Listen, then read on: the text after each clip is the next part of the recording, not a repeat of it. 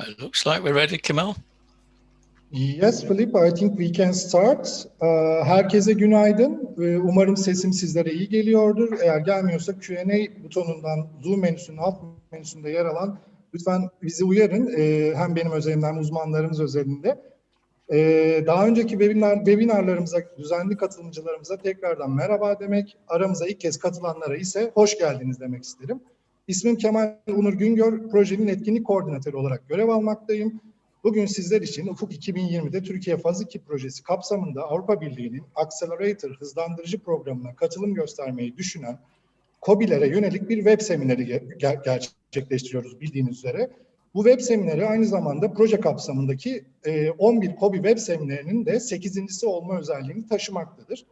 Etkinliğimiz TÜBİTAK'ın ev sahipliğinde daha önce de bahsettiğim gibi Ufuk 2020'de Türkiye Faz 2 Teknik Destek Projesi kapsamında düzenleniyor. Projemizin Avrupa Birliği ve Türkiye Cumhuriyeti tarafından ortaklaşa finanse edildiğini belirtmek, yine Sanayi ve Teknoloji Bakanlığı tarafından yürütüldüğünü ve rekabetçi sektörler kapsamında desteklendiğini belirtmek isterim. Projemizin yine etkinliğin ev sahibi olduğu gibi ana yararlanıcısı TÜBİTAK'tır. Daha önceki etkinliklerimize katılan katılımcılarımızın bildiği üzere bütün etkinliklerimizi pandemi dolayısıyla yaklaşık bir yılı aşkın süredir etkinliklerimizi Zoom uygulaması aracılığıyla gerçekleştiriyoruz.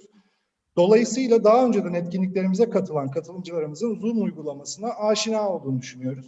Fakat aramızda Zoom uygulamasına dair daha önce bir tecrübesi olmayan ya da bazı özellikleri konusunda bilgi sahibi olmayan kişiler, katılımcılarımız var ise de yine daha önce bahsettiğim Zoom menüsünün alt menüsünde yer alan, Zoom uygulamasının alt menüsünde yer alan Q&A butonu aracılığıyla bizlere her zaman herhangi bir teknik sorunuzu iletebilirsiniz. Proje ekibi olarak yanıtlamaktan memnuniyet duyarız.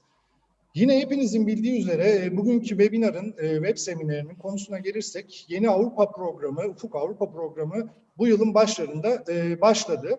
EIC Hızlandırıcı Accelerator programı yine Ufuk 2020 programında olduğu gibi Ufuk Avrupa'nın da kilit unsuru olmaya devam edecek. Ancak bazı ayrıntılı koşullar ve başvuru süreçleri değişti sizlerin de tahmin edebileceği üzere. İşte bugünün web seminerinde bu değişikliklere yönelik ve başvurmayı düşünen KOBİ'lerimizi çıkarımlara ilişkin giriş niteliği konusunda bilgilendirmek istedik. Etkinliği düzenleme sebebimiz aslında bu. Webinar için bugün 100'den fazla KOBİ'yi bekliyoruz katılımcı olarak. Bu sebeple KOBİ'lerimizin sorularını da webinar boyunca olabildiğince yanıtlamaya çalışacağız. Proje uzmanlarımız ve TÜBİTAK'tan bize katılan değerli uzmanlar, yetkililer bu konuda sizlere yardımcı olacaklar. Bunu da yine Q&A butonu vasıtasıyla aşağıda görebileceğiniz sorularınızı bizlere iletebilirsiniz. Buradan da yanıtlıyor olacağız. Eğer yanıtlanmayan bir soru olur ise de ya da yanıtlanması geciken yine web sitemizden, proje web sitemizden ki bağlantılarını daha sonra paylaşacağız sizlerle. Mutlaka cevaplarını alabileceksiniz. Etkinlikte yer alan uzmanlarımızı etkinlikten önce sizlere tanıtmak isterim. Bugün bizlere İngiltere'den projemizin kilit uzmanlarından KOBİ uzmanı Philip Solden, Yunanistan'dan yine projemizin uzun dönemli eğitim koordinatörü Grigoris Hatchikostas ve yine benimle beraber Ankara'dan TÜBİTAK Operasyon Koordinasyon Birimi KOBİ Ulusal İrtibat Noktaları Sayın Tarık Şahin, Sayın Merve Diyar ve Sayın Merve Polat katılmaktadırlar. Umuyoruz ki önümüzdeki 2 saat içerisinde yeni program ve nasıl başvuru yapabileceğiniz konusunda sizleri daha iyi bilgilendirmiş olacağız. Son olarak sözlerimi Tarık Bey'e, TÜBİTAK'tan Tarık Bey'e devretmeden önce proje kapsamındaki tüm KOBİ web seminerlerinde olduğu gibi bugünkü etkinliğin kaydını da etkinlikte gerçekleşen sunumlarla birlikte etkinlikten sonra web sitemizde paylaşacağımızı iletmek isterim. Proje web sitemizin detayları da yine sizlerle etkinlik süresince paylaşılıyor olacaktır. Aynı zamanda yine Avrupa Birliği programları ve KOBİ'leri ilgilendiren diğer tüm konular hakkında faydalı bir bilgi kaynağı olan TÜBİTAK web sitesinin detayları da yine etkinlik süresince sizlere iletiliyor olacaktır. Sizlere şimdiden verimli bir etkinlik diliyor. Sözü TÜBİTAK'tan Sayın Tarık Şahin'e devrediyorum. Tarık Bey söz sizindir. Teşekkürler Kemal Bey. Herkese merhaba. Öncelikle webinarimize hoş geldiniz demek istiyorum. Birazdan kısa bir sunum yapacağım. Sunum yaptıktan sonra da uzmanlarımıza sözü bırakacağım. Ama ilk önce Türkçe olarak herkese bir selam vermek istedim. Daha sonra sunumuma İngilizce olarak devam edeceğim. Hemen şunu söyleyeyim. Etkinlik boyunca gerek ben gerek Merve Diyar ve Merve Polat hanımefendi arkadaşlarım olmak üzere sizlerle birlikte olacağız. Etkinliğe katılım sağlıyor olacağız. Dolayısıyla sorularınız olması halinde isterseniz İngilizce, isterseniz Türkçe olarak sorularınızı Q&A kısmından iletebilirsiniz. Hangisini tercih ederseniz Türkçe veya İngilizce olarak sorularınızı cevaplandıracağız. Yani İngilizce bilen kişiler olarak, Türkçe bilen kişiler olarak da buradayız. Uzmanların sunumları İngilizce diye kendinizi o şekilde kısıtlı hissetmemizi rica ederiz. Şimdi ben hemen sunumumu paylaşıyorum.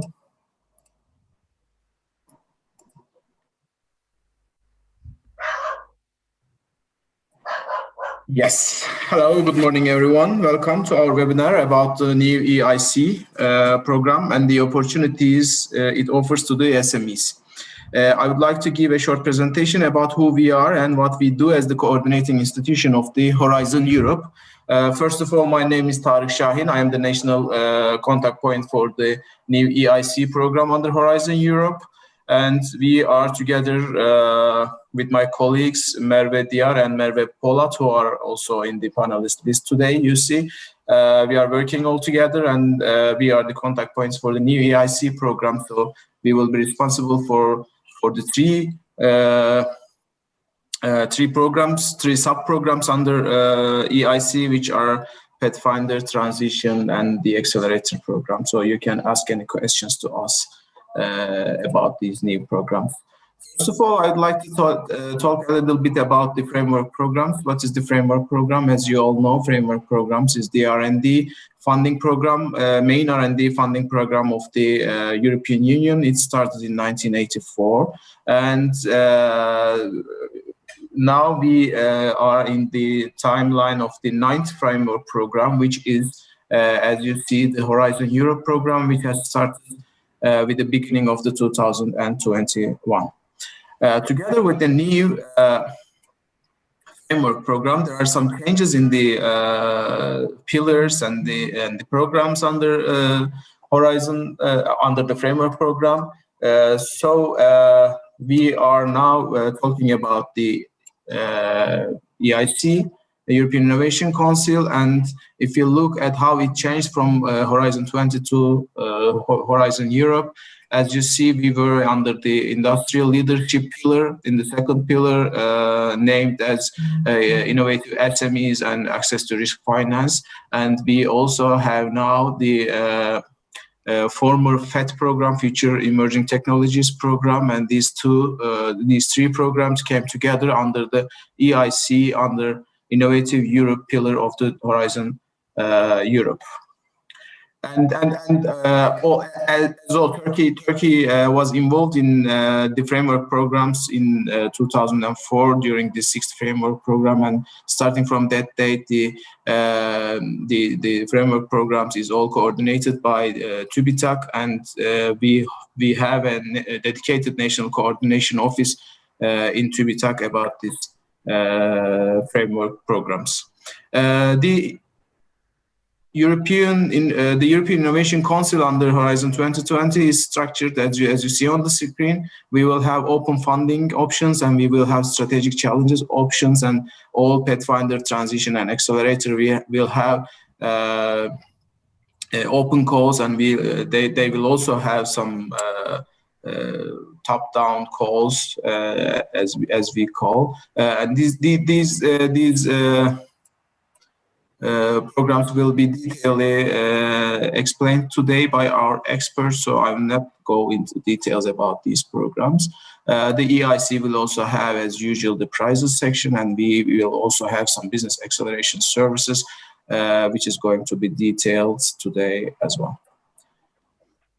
Who are we? We are the National Coordination Office of Horizon Europe. We have a dedicated website, ufuk2020.org.tr.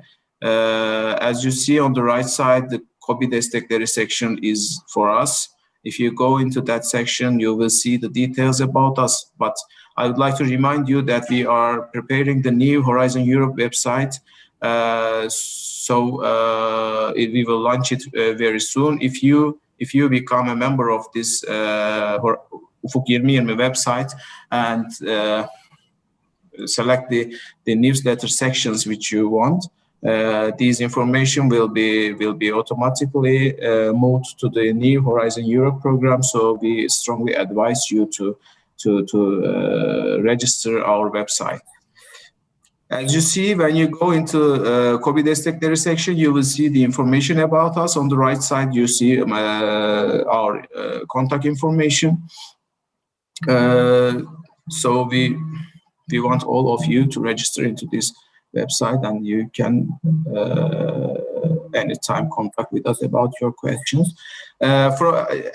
Also from the main page on the right side, you see who is who section, kim kimdir. You can find all our information on that section as well.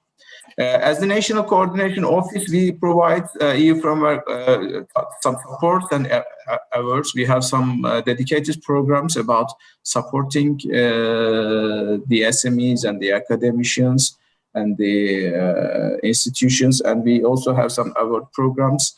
We are trying to increase participation of Turkish partners in the program. So this is one purpose, and the second one is we want to increase the quality of the proposals submitted to the program, and we want to increase the leadership in order to be effective in the program, and in order to increase the number of coordinators, Turkish coordinators in the program. We provide some support programs, and together with these support programs, we also have some award programs, which is to encourage the successful people in order to continue their works. These programs are being updated right now to be ready for the Horizon 2020, and as far as I know, they will be launched very soon. So we will see what kind of programs we are offering to support the Turkish ecosystem in the Horizon Europe program. And lastly, I would also like to mention about the InnoSup calls. I don't want to go into detail about the InnoSup, but if you go into this link, you will see some opportunities other than Horizon Europe, and if they are fitting to your research area, you can submit your proposals to these calls as well. These are also a very good starting points in order to be prepared for the Horizon Europe EIC calls. We also have social media accounts. I would like to inform you that the Ufuk Avrupa TR account is our official account, Twitter account, and we also have a dedicated LinkedIn account, which was launched last month, I guess. And we are sharing all kinds of information through these social media accounts. So follow us. That's the basic message.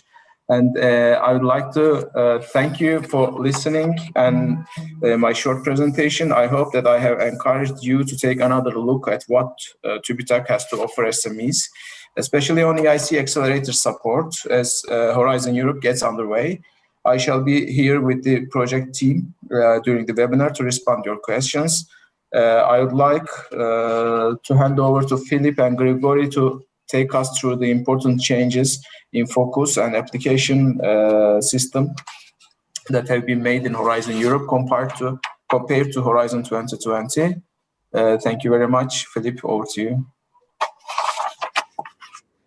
Okay. Thank you, Tarek. If you could close share screen, there we are. Okay. Günaydın, hoş geldiniz.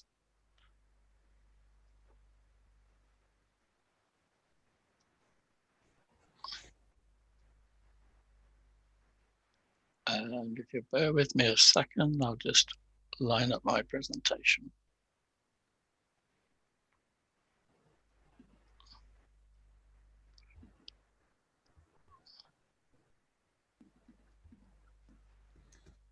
I'm sorry, just a second, we're having a few technical problems.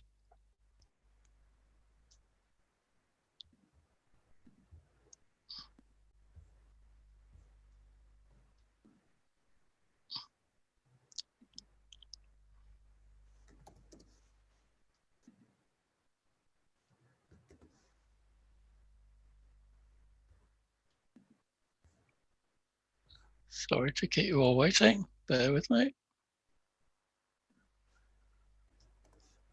I'm sorry, there seems to be a fault this end. Can we switch to Ankara for the presentation? Sure, Philip. We can open on Yes. behalf of you. Okay, sorry about that.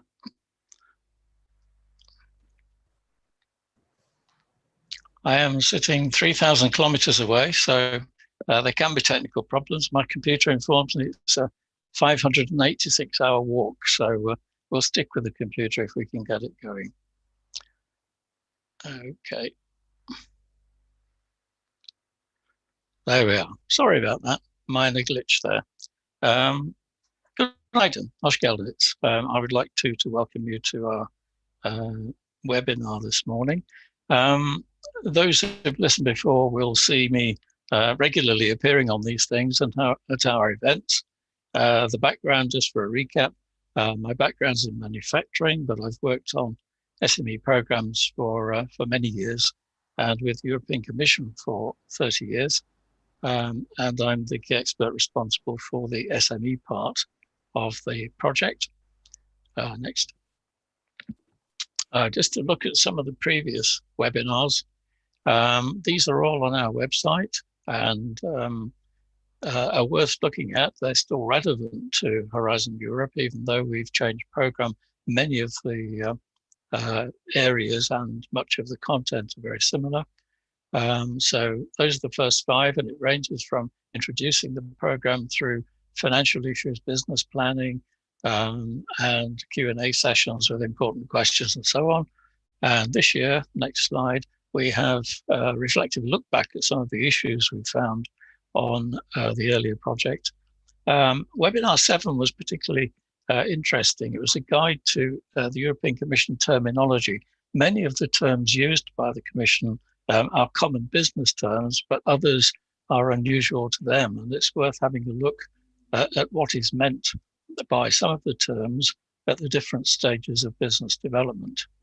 But today we're opening with a quick look at what our project has to offer. Tarek's already covered the broad benefits from using TÜBİTAK services. Our project specifically is to help on this Horizon Europe program, previously on Horizon 2020. And I would like to then hand over to Grigoris to talk about the Horizon Europe program broadly, and then I'll come back and talk about the EIC Accelerator program. Next. So, although we call Turkey in Horizon 2020, this is the project name and it's in our contract, but we'll continue with Horizon Europe support through until next year. And that may be towards the end of next year, depending on how the project may be extended. So hopefully we'll be with you until towards the end of next year, and I'm sure there'll be other support programs to follow. Next. There's the project team. You see 2 of us today. Grigoris in charge of training. As I've said, me in charge of the SME support. Alexander's our team leader, no doubt listening to us today, and Odysseus handles legal, financial, and various other aspects of the project. We have, of course, a raft of support from people that we bring in for specific topics to help with their expertise. So it's quite a large team, but represented through just 4 key experts. Next.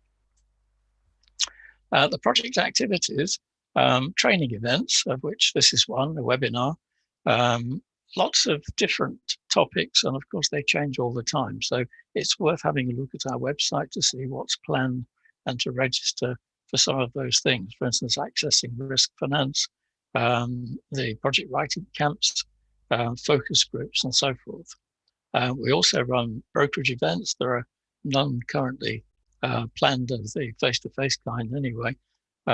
We can't do international study visits. Unfortunately, COVID means that I'm sitting here instead of being in Turkey, and it means that our international study visits are restricted for the moment, but other events will take their place. We have conferences, information days, and especially information, of course, on the new program. We have networking, and we have SME support. The SME support, this is part of it, but we have one-to-one support for SMEs. We help with project writing, we help in developing the proposals and so forth. And the networking, the final one, at the bottom there is under tools. We have the website, the help desk. You can ask us about anything. We'll try and help. And of course, training guides, as well as I've mentioned lots of information sitting on the website, previous events, project writing training, project writing camp, and so on. Next. So Horizon Europe, a great new world opens before us, and Grigoris will tell us about that in a second. This is one of the official logos. There are a variety. What's notable about that is the absence, really, of science and technology. Science and technology drives all these things, but it's also about social inclusion. It's about helping the elderly, helping with the quality of life, reducing air pollution. Lots of issues come into Horizon Europe, and some of these issues drive, all of these issues drive the calls for tender and are the background to topics like Accelerator. Next. This is the figure worth remembering, 95.5 billion euros worth of support. It's bigger than ever. And even though there are various economic restrictions at the moment, of course, it's still a very large figure approaching 100 billion, and we'll probably hit 100 billion in the course of the life of the project. So our intention is to help Turkish companies get as big a slice of that as possible. Next. The key objectives for Turkey remain the same. We're here to support Turkish participation, as Tarek said, and strengthen the capacity in science, technology, and innovation. I have to say, I've worked in somewhere over 30 countries in the world, and I think the Turkish setup for helping on science and technology through TÜBİTAK, the ministry, tax advantages, the provision of premises and so forth, is one of the best I've ever seen in the world. So Turkey should be proud of the fact that the innovation infrastructure has been extended and supported in the way it has. We're here to help Turkish researchers, of course, to get more into the European research area by increasing participation and helping to connect with partners there. And of course, we're there to provide the range of activities I've just covered. All of this is on our website, and it should be easily accessible. Next, please. So let's have a look at how Horizon Europe can help SMEs. Over to you, Grigoris. Thank you very much, Philip.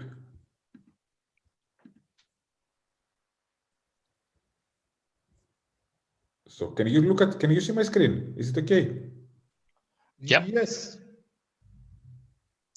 Okay, then I go full screen. So, thank you, Philip. Good morning, everyone. Let me introduce myself. I'm Grigoris Hadjikostas. I'm working as a training coordinator in this project.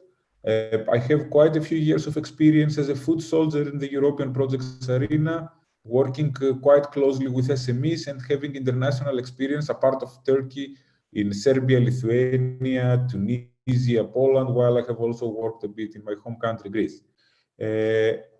So what we're trying to do today briefly, we will try to demystify Horizon Europe, but we will try to look at it from the perspective and from the lens of an SME, of a small and medium enterprise.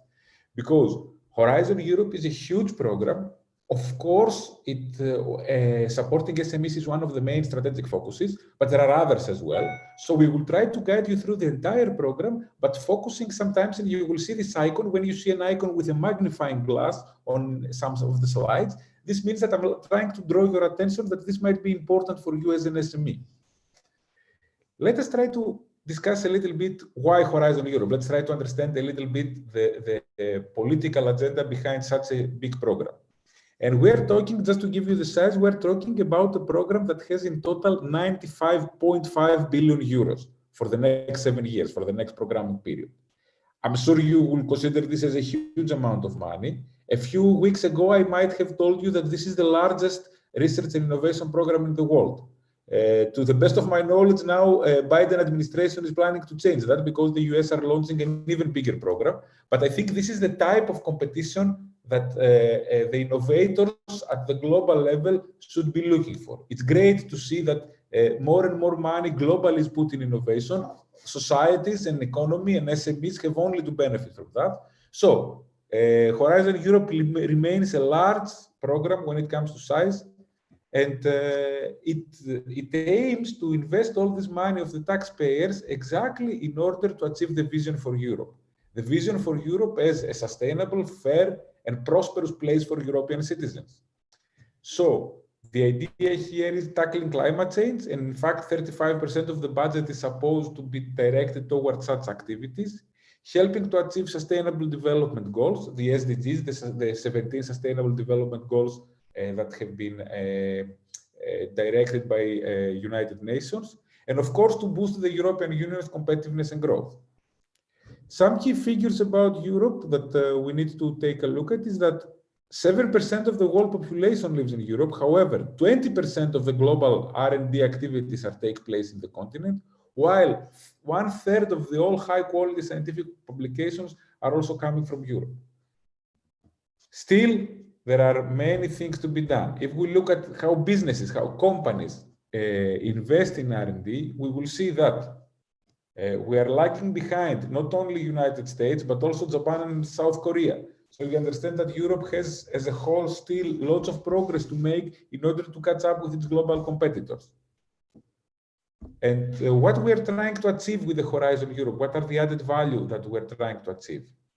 To build networks of collaboration, transnational networks, to create a critical mass of science and technology that will allow us to address global challenges, to promote the excellence through competitive funding, to increase the visibility of Europe as a leading region for research and innovation, to foster transnational mobility, making sure that people travel and exchange knowledge all around the place, to create new market opportunities for SMEs, for startups, for people who like to take their idea from the lab to the market, to strengthen the European research and innovation landscape, and last but not least, since we are in a global competition for talent, to attract and retain the best talents, the best brains to stay in Europe.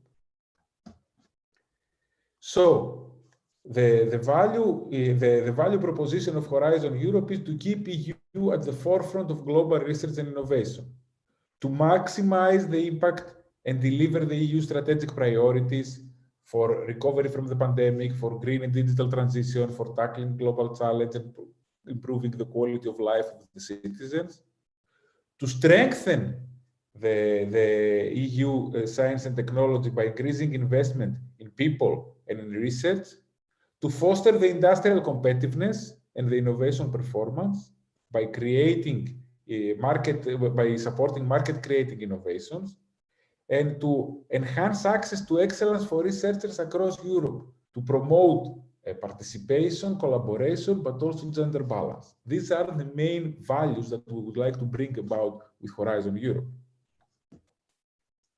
So, what impact do we expect to achieve with this massive investment of almost 100 billion euros?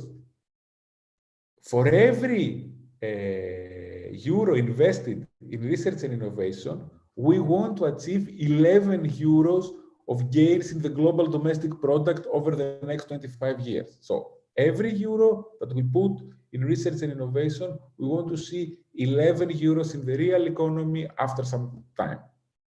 We would like, as we said before, to allocate more than 35% of Horizon Europe spending contributing to climate objectives, to tackle climate change, to mitigate climate change, etc. But also to create jobs, lots of jobs, 300,000 jobs by 2040, of which 40% should be highly skilled jobs. This is the high-level impact that we're expecting, but it's also a very good roadmap for us when we're discussing about the impact of our particular projects to try to relate with one or more of these above-mentioned impacts. So let's see a little bit about the novelties moving from Horizon 2020 to Horizon Europe. The previous Commissioner for Research, Commissioner Moedas from Portugal, was using a very, I would say, to the point definitions. He was saying, with Horizon Europe, we want an evolution, not a revolution. And the reason behind that is that it proves that Horizon 2020 has been an extremely popular program. Of course, nothing in life is perfect. And there were also discussions and criticism about certain elements, but in principle, it was a program that managed to keep happy the academic community, the SMEs, the governments, the big industry. It was a program that was appealing for everyone. So the new generation, Horizon Europe, aims exactly to capitalize on the success and on the popularity of Horizon 2020 by adding a few novelties that will aim to somehow tackle the criticisms and improve even more the funding schemes. So one thing is the European Innovation Council, and part of the discussion that we have today later on with Philip is that as a one-stop shop that will help ideas to go from the lab to the market and support SMEs like you, startups, to scale up their business ideas. Then we want to tackle societal challenges, important ones. So we will see about the missions. This is a new concept. We will go into detail, very crucial aspects that affect our daily lives and the well-being in society in general. We call them missions, and they will be addressed separately. Then, to rationalize the funding landscape, streamlined approach for European partnerships. This is quite technical. I will not bore you too much with that, but the main point here is to create more opportunities for open calls, to put governments to work together with European Commission to have more programming tools. To strengthen the international collaboration, so extend an openness to association with non-EU countries, both third countries, but also associated countries like Turkey with good capacity in science, technology, and innovation. This becomes even more apparent in Horizon Europe. Then, very important aspect, the open science policy. What is paid by taxpayers' money, Europe considers that deserves to be open. Another thing is to encourage participation and decrease the research and innovation gap in Europe by widening participation and spreading excellence. It's not directly referred to SMEs. However, Turkey is very much oriented towards the widening calls, exactly because they give the opportunity for associated countries to get into and to catch up quickly with the rest of European countries. To increase the research and innovation impact by imposing synergies with other EU programs and policies. Sometimes it's very important to go for it, to go towards a direction that European projects are working in one direction, and the national programs or other programs are working in another direction. This is something quite important that Horizon Europe aims to sort out. Of course, also to reduce administrative burden, to create simpler rules, to make it easier, to make the life of participants easier. That's very much important for SMEs, especially because SMEs are lacking resources for long and tedious administrative processes. Let's go now to look at the pillars. Let's go to look how the structure of Horizon Europe is organized. So, technically here, we have some other activities like specific programs in defense. We have specific Euratom, which is a separate program, but the core of Europe is what you see in the middle. And here you see the three pillars and one horizontal action, which is the widening participation and strengthening the European research area. So we have one pillar which is called Excellent Science, one pillar which is about global challenges and European industrial competitiveness, and one pillar which is about innovative Europe. Let us try to see them one by one now. First one is Excellent Science. I will not bother you too much with this one, exactly because this is aiming to scientists. This is the pillar that I would call Science for Scientists. This is science and innovation aiming at blue sky research, aiming at early stages, etc. It includes programs, it includes exchange actions, but it also includes investments in infrastructure. But this is something that an SME normally would not look at it very much. Possibly you can be involved in some Marie Curie actions or Marie Sklodowska-Curie actions, as it is the politically correct way to talk about the new program. But in these actions, what you will manage to see is that SMEs have a minor role. It's not in the core activities. What is very interesting, and this is the first time that you see this magnifying glass that I was telling you about, is the second pillar, the clusters. Because here we have global challenges for European industrial competitiveness, and we have the digital industry and space, the civil security for society, health, food, bioeconomy, natural resources, agriculture and environment, culture, creativity and inclusive societies, and climate, energy and mobility. Technically speaking, we have 6 clusters that are spanning across the entire spectrum of economy and society. So it is expected that you will see yourselves as a company somewhere around. And this is the clusters, the calls coming from the clusters, coming from the work programs of the clusters, are ones that normally SMEs should be encouraged to be aware of and participate. Then we move to Pillar 3. And in Pillar 3, we can see that it is even more oriented to SMEs.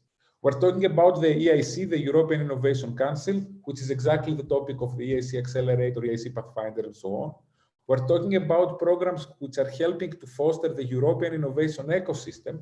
And here you will see various tools that will and actions that will be funded to support SMEs in various ways. And of course, the European Institute of Innovation and Technology, the well-known EIT, that is bringing key actors together for common goals for nurturing innovation. And we have various programs of EIT, like EIT Food, EIT Digital, EIT Energy, and so on and so forth.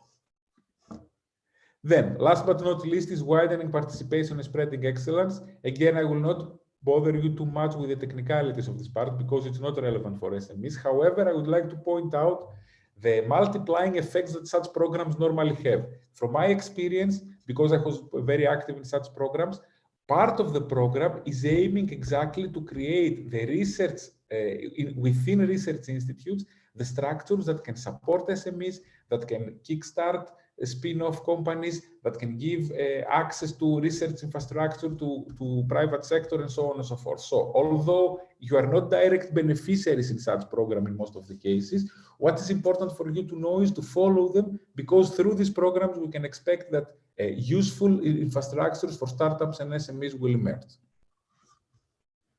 And now, the InvestEU for Research and Innovation is a tool that is aiming to leverage and complement national and regional initiatives by attracting private sector capital.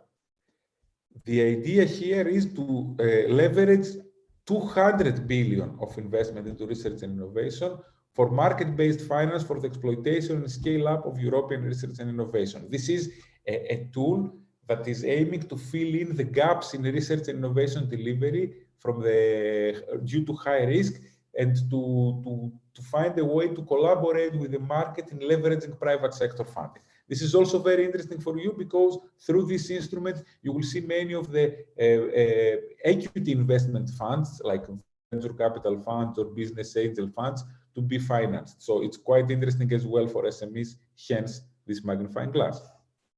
Let's talk a little bit now about the missions. This is a novelty for Horizon Europe.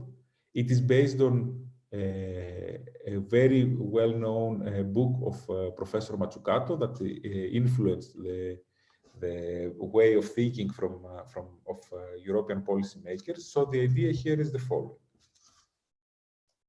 A mission is a portfolio of actions that want to achieve a bold and inspirational measurable goal within a set time frame and with impact for society as a whole that will affect a significant part of the European population and wide range of European citizens. So far, we have identified 5 missions areas. And I think that SMEs who are working in relevant areas can also benefit from the programs of this mission. So one is about healthy oceans, seas, coastal and inland waters. Very important for Turkey. Climate neutral and smart cities. Also very important for all over the Europe, but again for Turkey due to the large metropolitan areas that you can find in Turkey.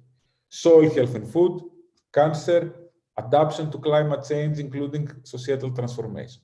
As you can see here, we're talking indeed about very, very crucial challenges that humanity as a whole faces.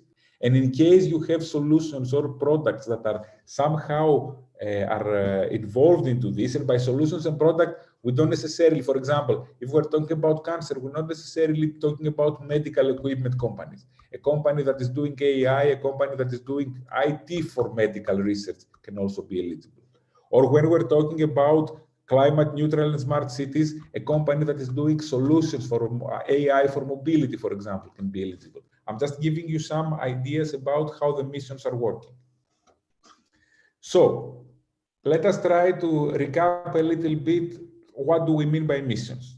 There are three elements: to achieve a measurable goal that could not be achieved with individual actions, to have impact on society and policy making through science and technology, and to be relevant for a significant part of European population and a wide range of European citizens. These are the three elements that qualify for a mission. So possibly in the future, new missions will emerge based on this criteria.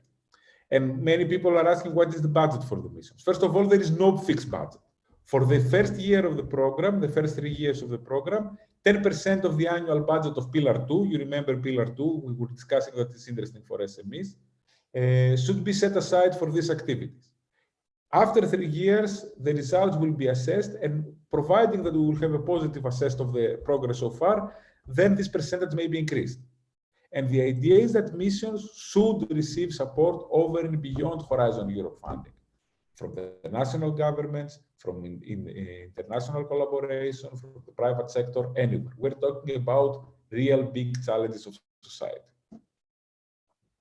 And how the missions will be implemented.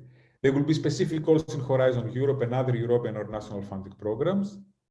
They will be managed in a portfolio basis, aiming to achieve an impact which is greater than the sum of its parts. They will have to align the scope with other parts of Horizon Europe. They will have to be in line with relevant Commission programs and relevant national programs as well. And also they have to identify specific actions that will pave the ground at policy and regulatory level. The idea is also to combine efforts with similar programs in countries outside of the EU. As you can see here, the missions are run by independent experts, by chairs, as they call them, and those chairs have been appointed as thought leaders and people in Europe that have really done a lot in those topics. So this is how you can see the people who are in charge of the chairs. Let us now talk a little bit about eligibility. Let us now try to understand how can you participate in Horizon Europe programs in general. Please keep in mind that the eligibility rules I will now present you do not apply for EIC Accelerator program. EIC Accelerator program, the one that Philip will present later on, is a specific case and it has its own rules of eligibility, which Philip will analyze. I'm now talking about the generic programs, and we will see another set of types of actions. So, generally speaking, let's first talk about admissibility. All proposals should be submitted before the call deadline electronically via the funding and tenders portal, and the application should be complete, readable, accessible, printable, and include a plan for exploitation and dissemination of results. We have of different types of actions, which we will see later on, we have also different page limits.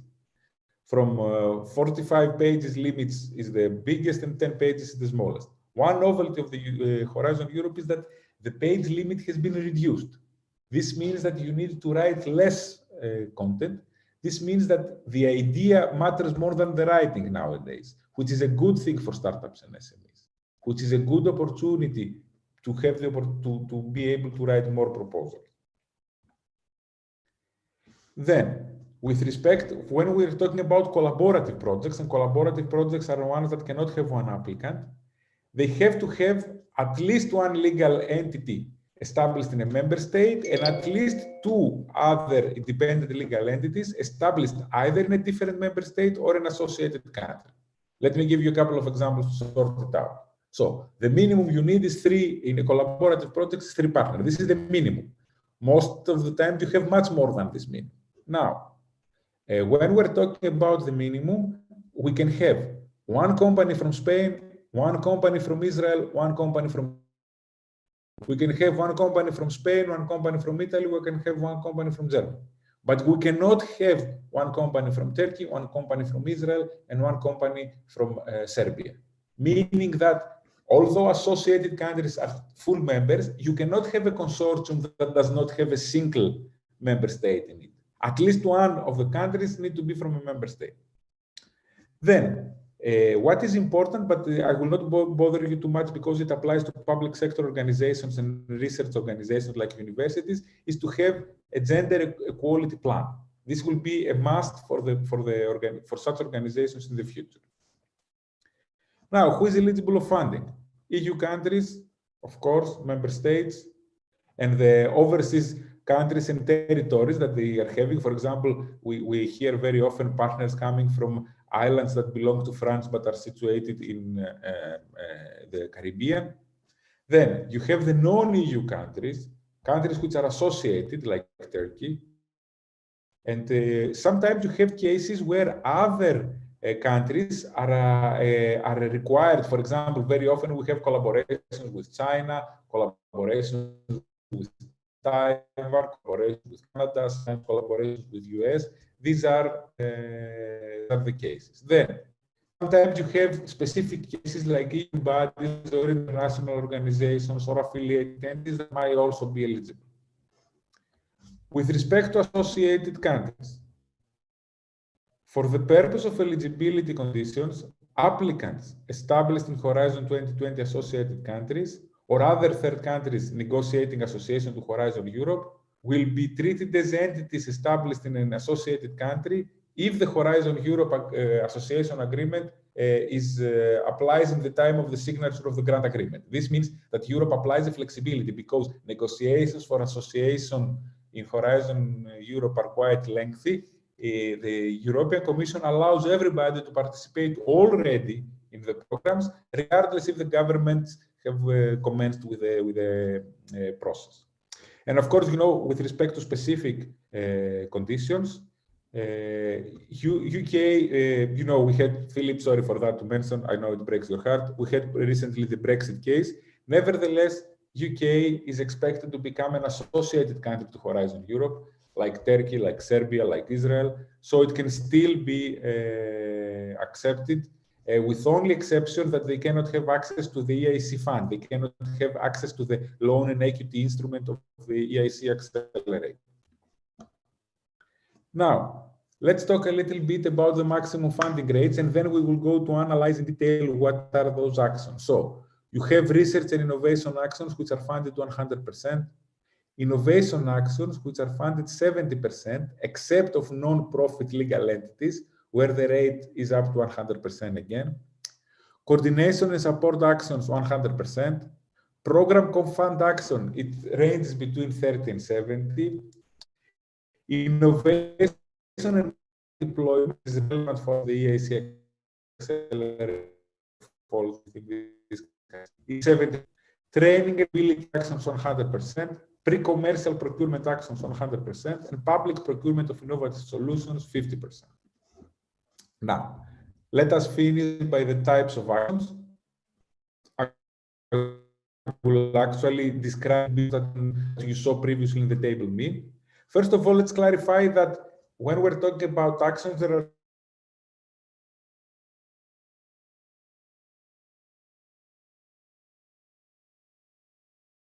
indirect actions that are implemented by participants where European Union provides financial support. Now we're talking about indirect actions, obviously, the ones that are happening by JRC, we are not so much interested.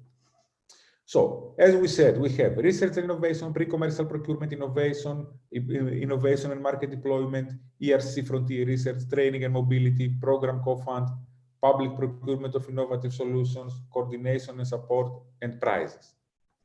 So, first of all, let's start by the research and innovation actions. These are actions that are aiming of activities that will establish new knowledge and explore feasibilities of new or improved technologies. Although there is a common misconception that these actions are only for academia, for research institutes, that's not really true. SMEs can participate in them. Hence, I have put this little magnifying glass there. SMEs should participate in such actions, and you should always be looking of those as well if they fit into your profile. What makes them even more interesting is that they are 100% funded also for SMEs. So this makes the financial structure of these actions a little bit also more, I would say, appealing to SMEs. Then we have innovation actions. Those are aiming to bring new products in the market, to design, to test, to create improved products, and so on and so forth. It's about prototyping, it's about demonstrating, validation, and marketing. These are actions that SMEs need to look at. These are, in a way, almost made for SMEs. It's not that only SMEs are eligible, but this is certainly a part that SMEs look at. And the same goes for the next ones, which are even closer to the market, the innovation and market deployment. This is the case of EIC Accelerator that Philip will present later on. And this also includes to deploy an innovation in the market, including the scale-up companies and including blended finance possibilities, a mix of grant-type funding and private finance. Then, ERC frontier research is really relevant for you. It's for scientific, for academic research. But training and mobility is another misconception. It's mostly about academic research, that's true. However, most of the programs give the opportunity to SMEs or to bigger companies to also participate in the scheme and to also benefit from this exchange of knowledge, because the idea is that if we bring scientists into a corporate environment, this will kickstart ideas about new, more impact-oriented scientific research, and vice versa. If we send people from the companies, entrepreneurs, or people who work in startups or bigger companies into the academic labs, into the research labs, they will generate business ideas coming from the lab. So this is also something that you might want to explore. This one is totally relevant for use for public sector organizations that want to build programs together with the European Commission. Nevertheless, you might be benefiting if these programs really happen from the open calls that these programs will launch. Public procurement, not really interesting for you. Coordination and support action. This is something that SMEs can have a very good role.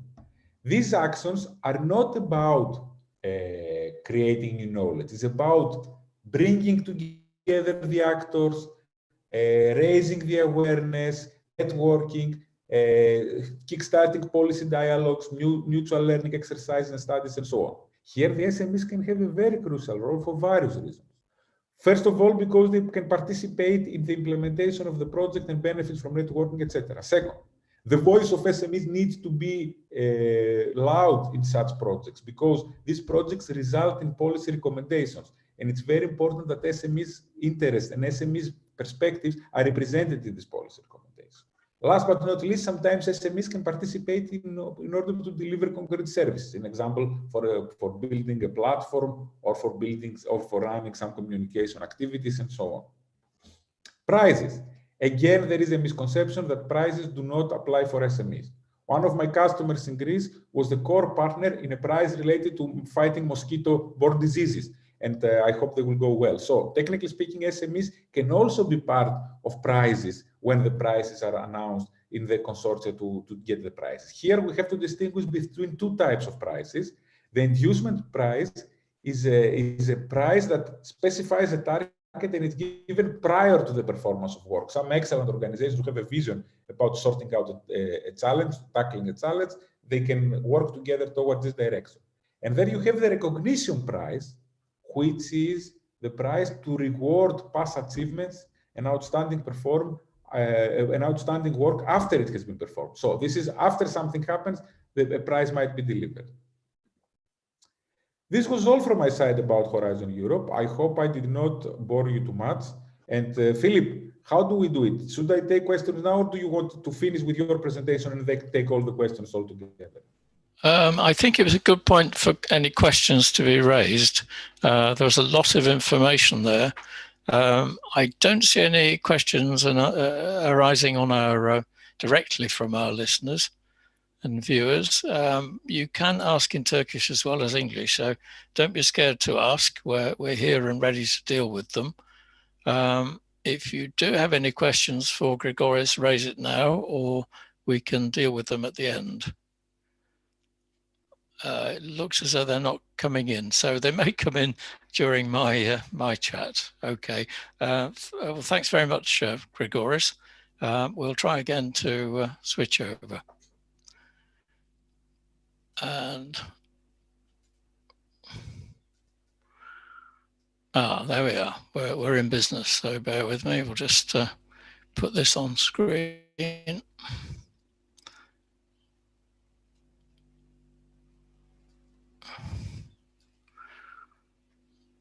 Okay, so that's the broad picture. And you can see that there's a huge amount of support there to be taken advantage of. So it's worth investigating. A lot of companies don't spend the time in researching what's out there. And quite often, if there isn't a particular direct form of support for your company, your idea, it can be raised through other areas. For instance, software is usually quite heavily oversubscribed. But if that software applies to improving the quality of life, to education, to helping to ease the burden of the aged society, then it could stand a chance, because fewer people might apply under that heading in a specific call than would do generally. So it's worth having a look at the whole range of help available. But now we'll take a look at Accelerator. Now, the rules and system behind Accelerator, of course, are just a few weeks old. They may change. This is the current picture, and I'll go through it with you. We talked about the different pillars, and quite firmly sitting there, the European Innovation Council. This was created really under Horizon 2020 as a vehicle for supporting innovation in SMEs, and it is gaining strength and budget. So it's there to stay.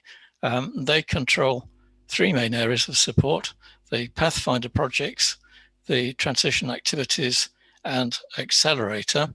And Accelerator is the main funding vehicle.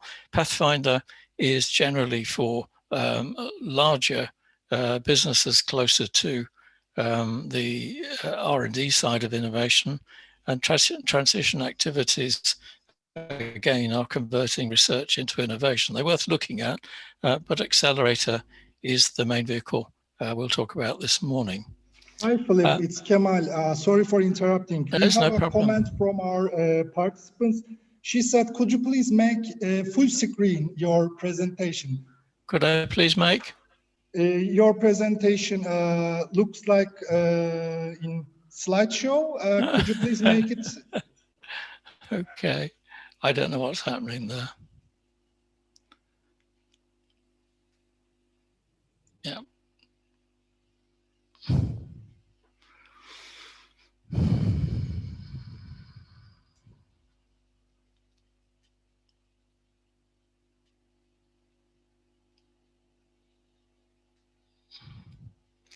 I'm having technical problems this morning, so bear with me.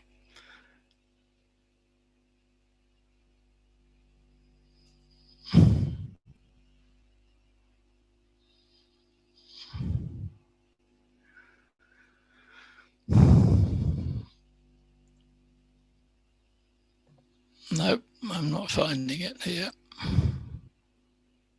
So do you want me to open your presentation? Please. Yes, yes, take over. Okay.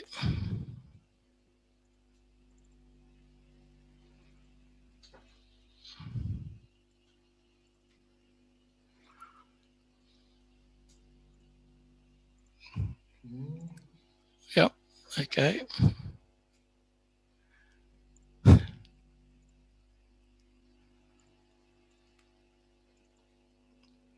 Bear with us. Here we are. I will soon catch up and continue. Just go back one. And again, there we are. So, sorry about that. No, next slide. There we are. So, Accelerator, sorry about the problems. So, Accelerator then is there for innovative companies to provide funding and support. And as it says, from deep tech research to visionary innovation and scale up to successful commercialization. Next.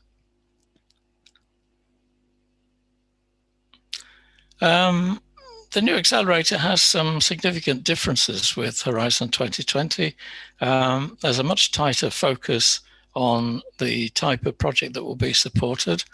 There's a two-stage application process, so that's back again. If you remember, we did have phase 1 and phase 2 in Horizon 2020 Accelerator, and the phase 1 disappeared, but we're now back to 2 stages. But there are 5 steps within those stages, and I'll go through them. There's a limited level of resubmission. Before, you could apply as often really as you liked, and some companies applied 7, 8, 10 times. And they will also be top-down as well as bottom-up calls for projects. The previous program was all about bottom-up calls. Come to us with good ideas for innovation, and we'll look at them and may fund them.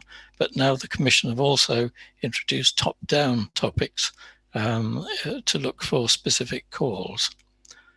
Next.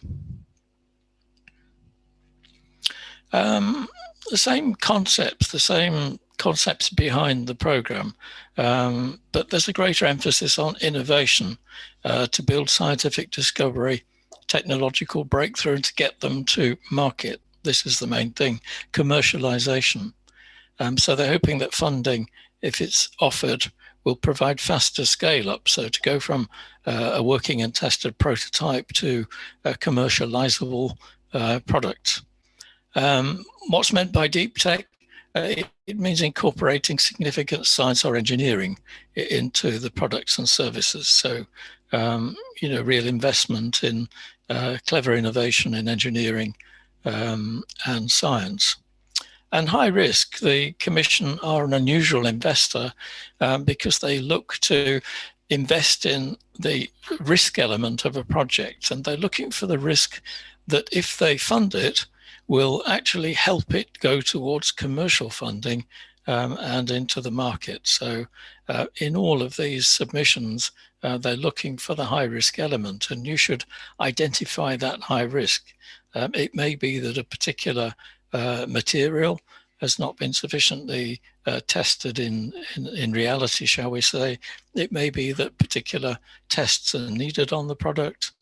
It may be that there's a mechanism which has not been fully proven over time. So it's the high risk element the Commission is seeking to fund. And next. And of course, this famous level, disruptive, must be disruptive innovation. It must be an innovative concept that creates new markets that ultimately disrupt and overtake existing markets by displacing earlier technologies. Now, there are 3 levels generally of innovation, disruptive being the highest one. You think how I'm old enough to remember the fax machine was the greatest thing to have in the office, and that just disappeared when email came in as the means of communication. If we go to the next slide, you'll see that there are different levels. The next. Different levels even within disruptive. If we look at the electric car, of course, that will disrupt the combustion engine driven cars. And, will hugely and is, in fact, disrupting the market. So the electric car is disruptive, yes, but within that, next slide, please, we have the automotive battery. If you can develop a more powerful, longer lasting battery that retains its charge, then that will disrupt the automotive electric car battery market. So there's disruption within the components of the vehicle. Next, please. If you then, for instance, invent a faster charger so that cars can be charged more quickly, that in itself is disrupting the charger market. So you'll see even within a vehicle like that, and of course there are lots of other areas, especially with the remote control cars, you'll see that there are different levels of disruption within different components. So that we're not necessarily looking for massive disruptive, although that helps, but disruptive within those elements, will be a winner. And of course, the next level down will be incremental, where you might make a minor change to a battery charger, which is less disruptive than a brand new one that sort of doubles the speed of charging. Disruptive is still okay. Incremental is still okay. And the step change is still okay. But disruptive is really what the Commission are looking for. Next. So this top-down as well as bottom-up calls. The open calls, this is people submitting application, will receive the majority of funding. But as I said earlier, the Commission will also have top-down calls for specific challenges. The ones they mentioned, the Green Deal, we've seen a lot about the Green Deal, and much of the Commission funding is under the banner of Green Deal. What does that mean in reality? We're back to science and technology. Anything which improves the environment, saves the environment, stops pollution, comes under Green Deal. So it can be equipment, processes, software, lots of things come under that. Similarly with digital society, very wide-ranging subject areas from online communication, payments, and so on. And indeed, one of the advantages, if there are any, of the pandemic is the increased use in digital services for online shopping and meetings such as this. So definitely a firm place and growing. And again, with the pandemic, health priorities, but those, of course, are much wider than the pandemic. And you saw this rush to get vaccines both out and into the arms of people within the year, in fact, which was amazing. So there are top-down calls in these areas, and there will be more. So it's worth keeping an eye on websites to see what the calls are and what are coming up, because I said at the beginning, it could be that a specific call would accept your proposal, and it might be an easier win than going through a general open call. Next, please. So you've all seen this diagram before, I'm sure, the technology readiness level, often interpreted these days as business readiness level. It's not just about technology. The business must be also able to handle the technology, to develop it and to get it to market. And there are three broad groupings to think of here. Next slide, please. Next slide, there we are. The business conceptualization from 0 to 3. At the 0 level, of course, you have the whole idea of, shall I set up a business? What's the need? What will it do? How will I finance it? But assuming you've got over that point, you then have to go through the conceptualization, looking more deeply into the perceived need. And by the end of that stage, you may have a potential product and service with evidence from clients and an idea of how you can generate value both to you and to them. So we move then into the next group, the business testing. Having decided there could be life in this thing, business testing is about really establishing what the market is, testing it with your idea with potential stakeholders. And by the end of that process, you should have a firm idea that the product has a market, that it can be competitive, and that people will buy it. And then the final stage, which goes from readiness level, next slide, please. This area, business deployment from 6 to 9, this is in red because, of course, it's the area that the Commission are interested in, where the product is consolidated, that it meets with paying customer needs. And by business readiness level 9, or technology readiness level 9, it's an established product in the market and has been commercialized. So the funding is aimed really at any research or risk elements in level 6, and then private sector and some investment from the Commission in venture capital kicks in from all the way through from 6 to 9, but particularly in 7, 8, and 9, they have the idea that it should be fundable. So you're aiming for that, but you can see that those 6 to 9 levels are built on a lot of earlier work. Many companies try to leapfrog, to jump over those levels and begin at that point where they think they have a product that's marketable, but they haven't actually tested it. And this is where they often fail in comparison to other bidders who've done much more work. Next slide, please. So if we look at the 5-step application process for the new accelerator, you have, of course, to be registered through the Funding and Tenders portal of the European Commission and have your PIC code, your reference number. But those are the 5 steps, and I'll look at those now in detail. We begin with discovering diagnostic modules for you to self-check whether your idea has a future. There's then a short application process.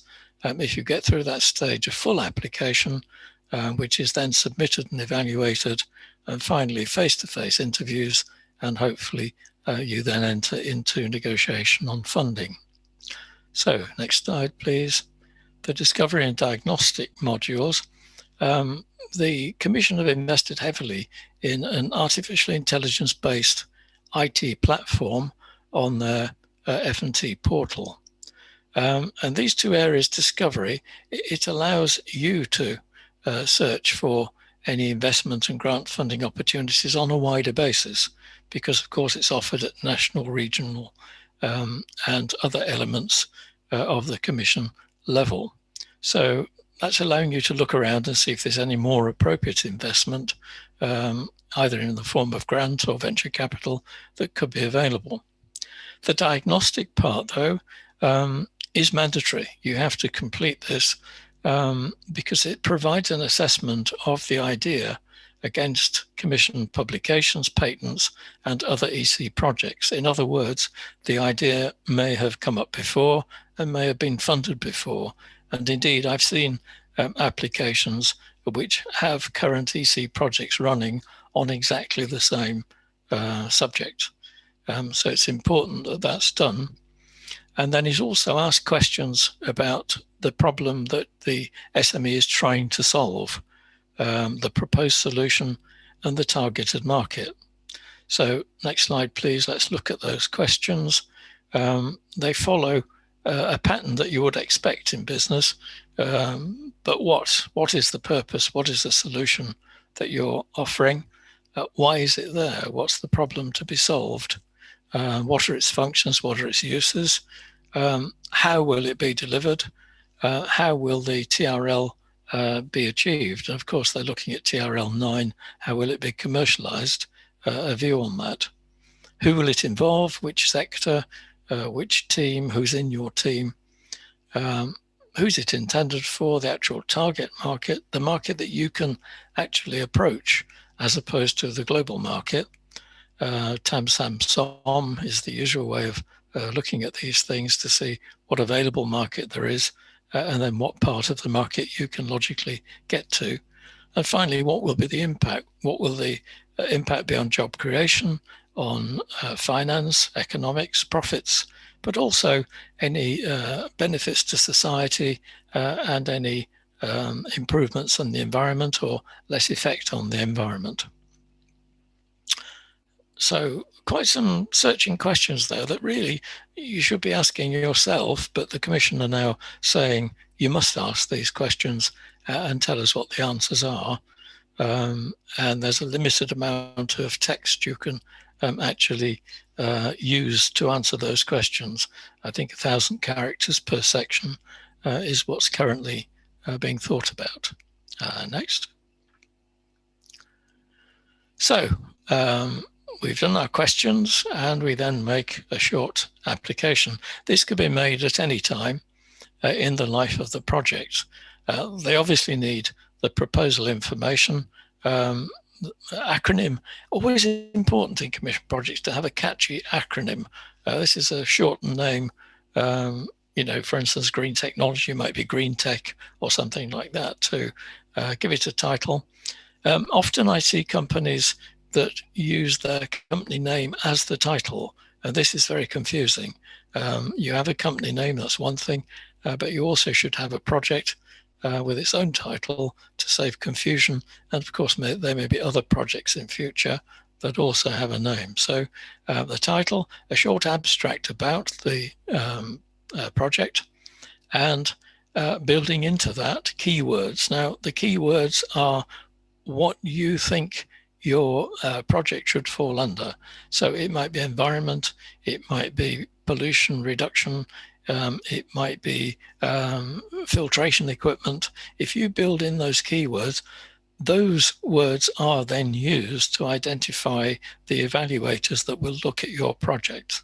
So it's very important to get them right and to get them focused, because that will have a bearing on who looks at your proposal. Obviously, there's company information, the EC registration number.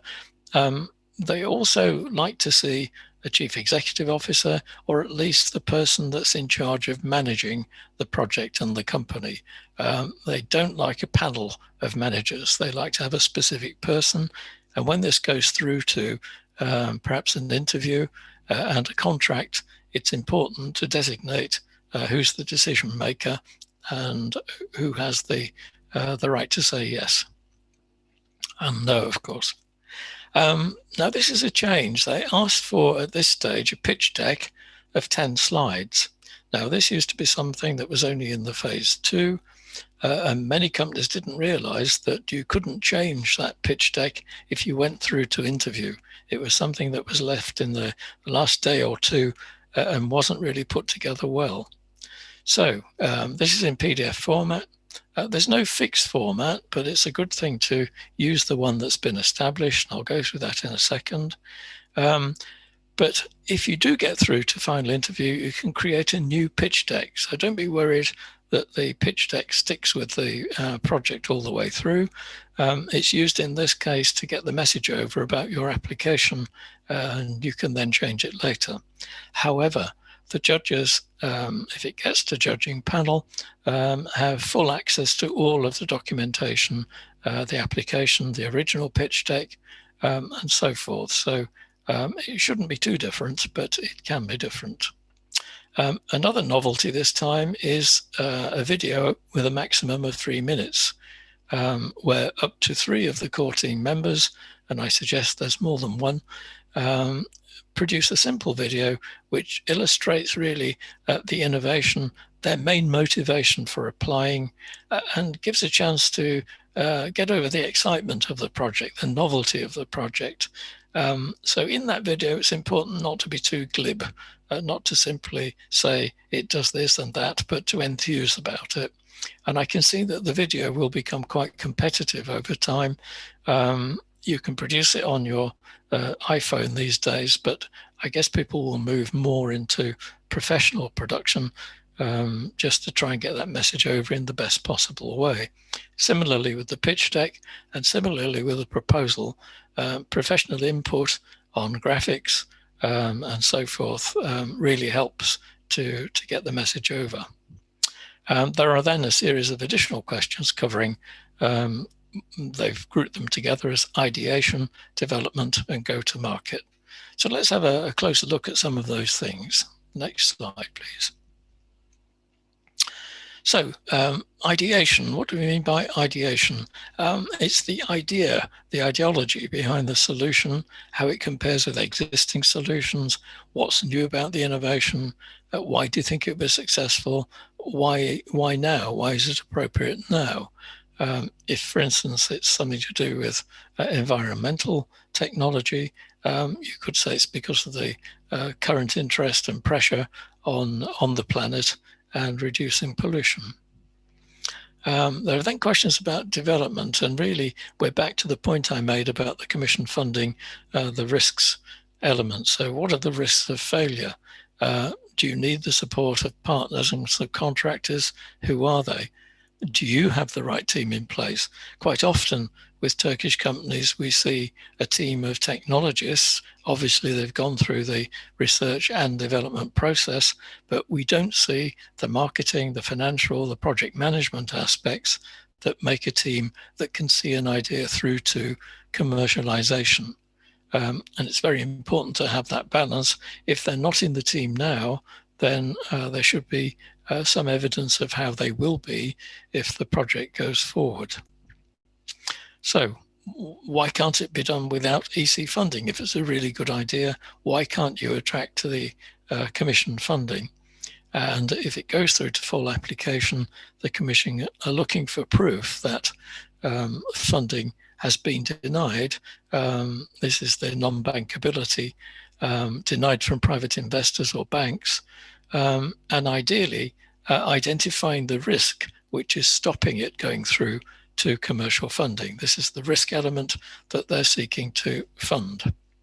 And of course, a rough idea of what it will cost to develop it. And finally, the final grouping, go to market. What's the targeted market? How do you see your company growing in 5 years with or without the funding? That's often a question at the judging panel. And what will you consider to be a success? Next slide, please. I mentioned the pitch deck in the video, the 10 slides maximum. This is the current set of slides that, the set of slides that we use for Horizon 2020. And you see it's a fairly logical flow from the title of the project and the company itself, just briefly, but really concentrating on the problem, the solution, the value proposition you're offering, what opportunities there are in the market and the risks of getting into that market, who are the competition, how will you follow into the revenue streams, the timing, the costs on the business model, and finally, the commercialization and marketing strategy. This, of course, then is supported by financial projections, the team, and finally, a summary and conclusion. The video, 5 main types of video, an explanatory one where someone explains the project on the video, talking head if you like, an interview between 2 or more people about the project, footage showing hardware if you've got it, actually showing the prototype in operation, and the easiest one, if you've done the pitch deck, simply recording what's in that pitch deck. And finally, you may have footage of the product in service. It's always good to make an impact in any presentation or video to have the wow factor that really impresses people to begin with. Next, please. So this is evaluated, they say, within 4 weeks after submission. It's evaluated by 4 experts on a first-come, first-served basis. These are experts independent of the Commission, but employed by the Commission, and they have expertise in the areas of technology and markets, which are based on the keywords you provided. This is the importance of the keywords. They look at the innovative nature, the disruptive potential of the innovation, and its likely impact, and of course the team, to see whether it has a chance of getting through. It's always said with these things that people look at the rider, not the horse. They're looking at the team, particularly, to see if they think they could make it a success. This is where the video comes in. Each of those 4 evaluators will give a go or no-go to the proposal. If 2 of them give a go, then you'll be invited to submit a full proposal within 12 months of your original application date. If more than 2 give no-go, then the application's rejected. Next slide, please. If you are unfortunate and the application is unsuccessful, the first time it's rejected, you can resubmit an improved short application at any time. So you go back to the start with an improved application. If you're rejected for the second time, however, you will not be allowed to resubmit a short application for 12 months. And the application will have to be new or significantly improved. So this is a big change. Before you could apply as often as you wished. And quite often we would see the same proposal put forward and rejected. People didn't bother to change the proposal in the meantime, which is a great pity. So this will help the Commission and their evaluators to focus more on the likely winners, shall we say, in the process. Next slide, please. So we then move on. If you're successful at the first level to a full application. And for this, you're offered coaching by the Commission. So up to 3 days of coaching is offered free of charge from the EIC Business Acceleration Services. Again, the coaches are independent business experts with entrepreneurial and fundraising backgrounds. So they're experienced people who can really help. Coaching, of course, is not consultancy. Coaching is there to support you in making your own decisions as to what you intend putting in a proposal. Consulting is telling you, if you like, what to do and taking over. Quite often we see consultants involved in proposals and they've been left to their own devices too much. The business has not been engaged in the process. And when it comes to evaluation or even to a panel, they don't know enough about their own proposal, which is a great shame and a waste of investment really in external help. So it's vital that companies are engaged and engaged at the top level and committed to making a success of a bid rather than leaving it, as sometimes happens, to a student on summer vacation to write a proposal and to put that forward. So important that that engagement is there and it's evident to the Commission. Next slide, please. You'll see this appearing in virtually all our events and webinars. The key evaluation criteria remain the same. We don't know yet the marking system within that, but we expect it to be very similar. So it's all about what impact your project will make on the market. Where's the evidence of that impact? How will you approach the market? And how much market can you approach as a business? So impact, very important. The next one, excellence. How clever is the idea? How innovative, how disruptive is that idea? And how does that idea match the need that you've shown in your impact assessment? And finally, implementation. You may have the cleverest idea in the world and a good knowledge of market, but if you don't have the team, I've already talked about this, with a balanced set of skills and expertise to take the project forward to commercialization, then it's not going to be a success. So implementation, the process for implementing, and the team for implementing, absolutely vital. Next slide, please. So the questions to ask in excellence: does your project have high innovation potential beyond the current state of the art? Good question. Impact: does your project meet the pressing needs of European and global markets? Now remember, the funding is coming from Europe, so therefore they're hoping it benefits the European markets. But ideally, of course, it has potential beyond Europe into global markets. So important to remember that. And finally, implementation: does it have a coherent and efficient work plan and a team which supports it? All simple questions, but very focused. Next, please. Behind all this, you've heard me before, I think, to talk about the importance of having a business strategy. I always suggest looking forward 5 years to have a rolling business strategy. Simply setting out with senior people in the company where they think the company should go. It could be that you want to remain an R&D company, come up with clever innovations that you can then sell on as patents or manufacturing rights. It could be that you're developing a specific product and you want to go into manufacture yourself. It could be you're happy to stay at the same level. It could be you want to be the biggest company in the world. These are strategic decisions that need to be discussed and agreed so that people know where they are in terms of developing the business. So that's the 5-year rolling strategy. And if you met in the autumn, you'd add another year and you'd always have a 5-year horizon. But within that, then, you need a business plan for the first of those years. And a business plan generally has those elements. Executive summary comes last, of course, when you've done it all, but the mission statement, this is where the strategy comes in. Where is the company heading for? Essentially a business plan. Where are you now? Where are you going? how will you get there? There are three elements of it. So all the way through company background, but then into describing products, how are you going to market them, what the competitors are like, what are your strengths, weaknesses, opportunities and threats? We're all familiar with that, I'm sure. Strengths and weaknesses, internal, opportunity and threats, external. How the company will operate, will it manufacture, will it subcontract?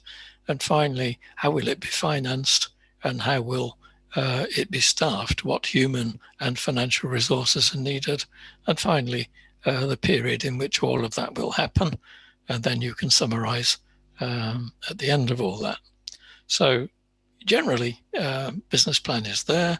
The Commission look for a business plan if you go forward to the second stage, and they like to see that as part of an overall strategy. So important to give that some thought. Next slide, please. So the full application, concepts and issues, I've covered the fact that it will need to talk about impact, excellence and implementation, but some important points in there, the technology readiness level, which I've interpreted as business readiness level. There is grant support, but not for activities above TRL 8. And in fact, it tapers from TRL 6 through to a very small chance at TRL level 8. The work packages ought to be grouped according to the TRL level if possible, so that it's easier to see where the different levels of funding come in.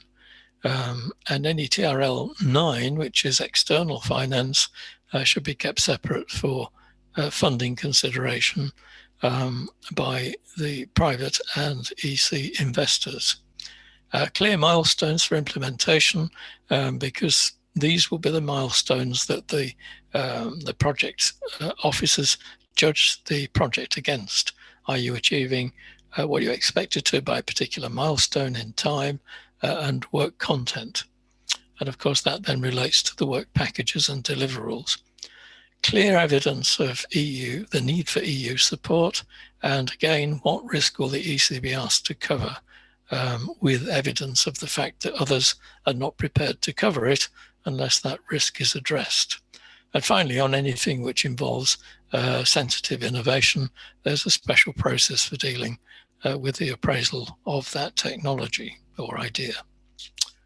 Next slide, please. So the evaluation of your second submission, your full submission, is within 5 weeks from the cutoff date. Those cutoff dates for this year will be the 9th of June and the 6th of October. So if you're looking at June, you've got to get a move on now with an initial application. This then is evaluated, your proposal evaluated remotely by 3 experts, again, well qualified to do so, based on your keywords.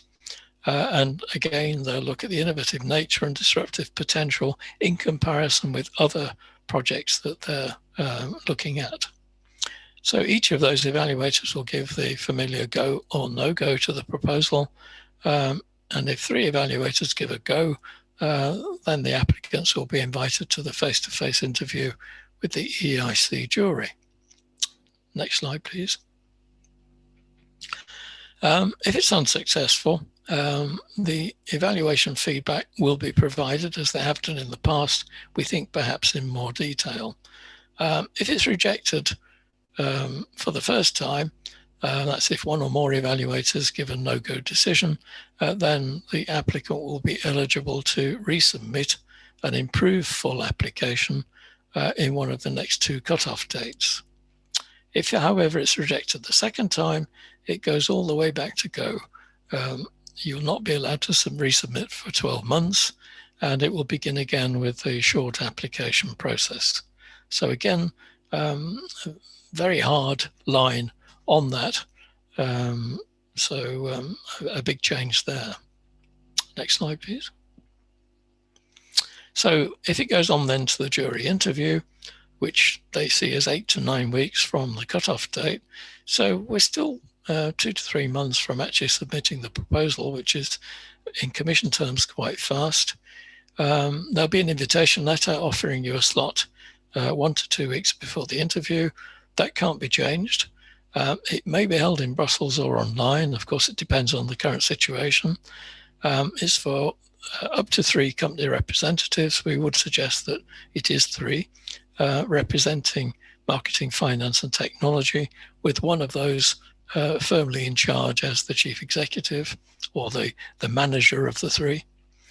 In 2021, the interviews will probably be in September and December.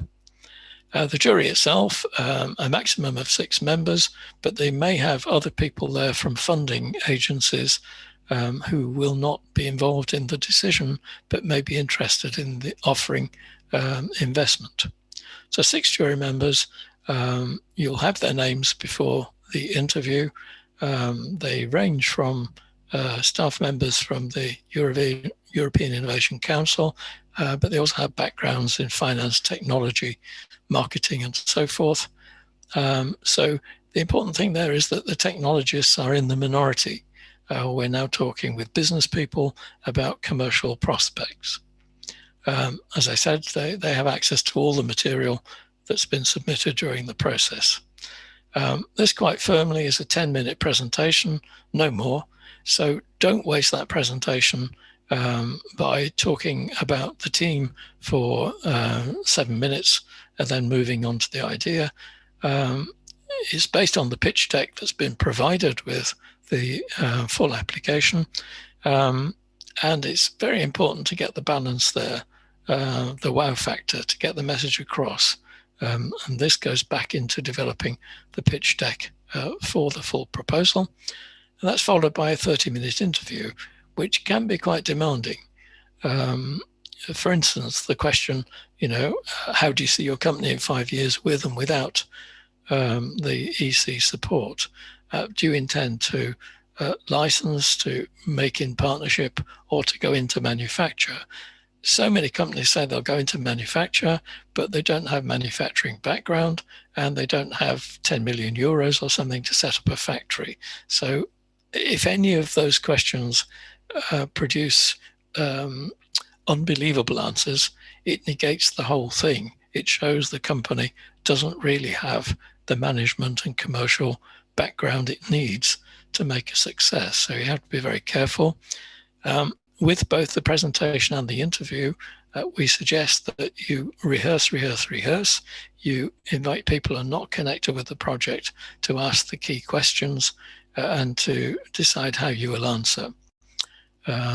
Because we've seen a few companies now from Turkey who've gone all the way through this process on Horizon 2020 and failed at the interview level because they've not had the breadth of expertise, because no one's firmly in charge, because they haven't committed the time needed to see it through to a commercial success. So all very important points.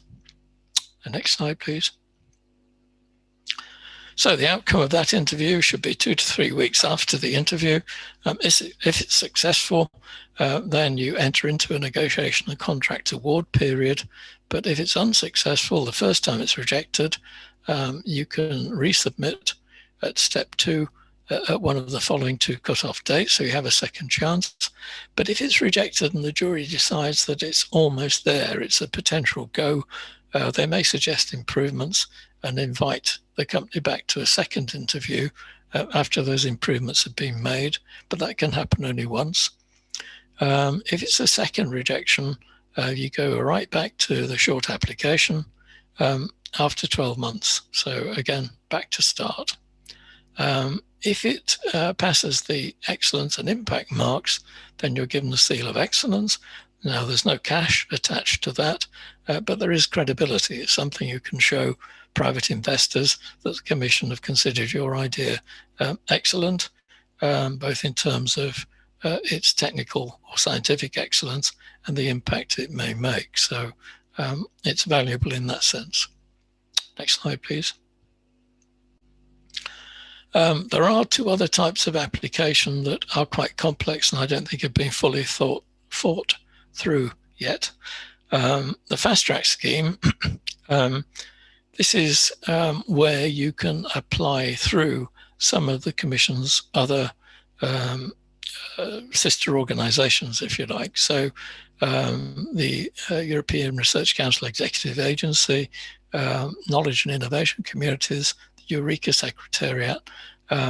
The projects are assessed by those bodies and then are allowed to enter at the full proposal stage into Accelerator. And the plugin scheme, this is really just an idea at the moment. It's a pilot initiative that should be launched next year, where projects are assessed at national level and then enter Accelerator again at the full proposal stage. So the first one is through other bodies. The second one, not yet developed. I'm not sure of Turkey's intention here, but I'm sure that they will sort this out and have some sort of national assessment. Next stage. The EIC recognise that there's a lot of stuff to do there, and there are many problems amongst SMEs in getting the information together, and also sometimes national contact points have difficulty in helping SMEs to interpret some of the terminology. And they recognise this difficulty in making the transition from an R&D based company to a commercial business. Next slide, please. So they commissioned, in fact, our project partner, APRE, to develop tools and associated definitions for the NCP organisation. It's called Access to EIC. Next slide, please. It's based on the 3 different business levels I talked about earlier against the TRL. Each one of those has its own terminology. Next slide. And the business model canvas takes all of those different terms at the different stages. Again, in the full application, the Commission like to see the business model canvas. It is all about the company in the left-hand side, the value proposition that your project is offering in the middle, and the markets and customers on the right. And then across the bottom, it has all the financial stuff. And this canvas changes at each stage of the process. Now, if you remember, I circled in red the area that the Commission are interested in, TRL level 6 and beyond. But of course, it's worth going through the earlier stage business model canvases to arrive at the correct one to submit to the Commission. So it's a process from the word go. It's not something that suddenly comes in at TRL level 6. Next slide, please. Those are the various websites that will give you those tools and the descriptions. And in fact, webinar 7, our previous webinar, has quite a lengthy coverage of all of those business canvas models and the terminology that goes with them. Next slide, please. So after all that, why participate in Horizon Europe? It's a complex and involved process. Obviously, the financial support, the grants to cover final stage project risks, and the funding to commercialize either from the EC or through private sector. Remember, if private sector are investing, they'll want to do due diligence to look at the company, its finances, and the facts behind the figures that you've provided. It can be a blend of grants and venture capital funding. And in fact, it could be a grant from the Commission, venture funding from the Commission, and private sector venture capital to bring all 3 in. There will be support, as I mentioned, from mentors to help to strengthen management and to provide better market awareness and their commercial experience, of course, in getting a product through to commercial success. But as a company, you'll find that you grow as a business in the terms of your strategic view, your commercial strength. You get more confidence from potential investors, both Turkish and from elsewhere, and your product can be endorsed by EC funding. The fact that you have a seal of excellence, or in fact you've gone forward to the second stage. It also amplifies the investments being made through national organizations such as TÜBİTAK. So it's supporting the investment already made. So lots of reasons, primarily, of course, finance and getting your product through to market, but there are lots of benefits that go with it. Less tangible, shall we say, benefits that go with it. Next slide, please.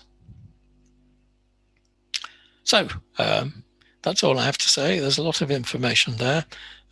All of this will be on our website, and it is, of course, available through Commission websites. There is an excellent guide on applying for Accelerator, which we'll also put on our website. And we're open to questions, but can we just have the final slide on there, please? If you would like to evaluate the events, then please do so. We have a QR code available, I think, in there. Yeah, there we are. If you can leave that on screen, we can ask for your opinions. Please excuse the technical problems earlier. It happens, but hopefully it's been interesting. So Tarek, Grigoris, and myself are all available. If you have any questions, please ask away. I don't see many coming in. We have 70 people listening to us. So have we bombarded you all with information, or is it complete, or do you have any questions for us? Now is the time to ask.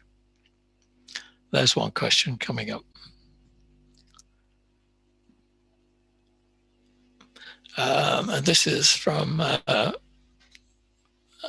Fatma. She's asking, software-only projects are generally not suited to the patient capital concept, since the commercialization process is far shorter than the hardware projects. To not take 6+ years to launch them. In this case, can we expect that after getting a go, software-based projects will be likely considered less risky and offered newly introduced reimbursable advance rather than a grant?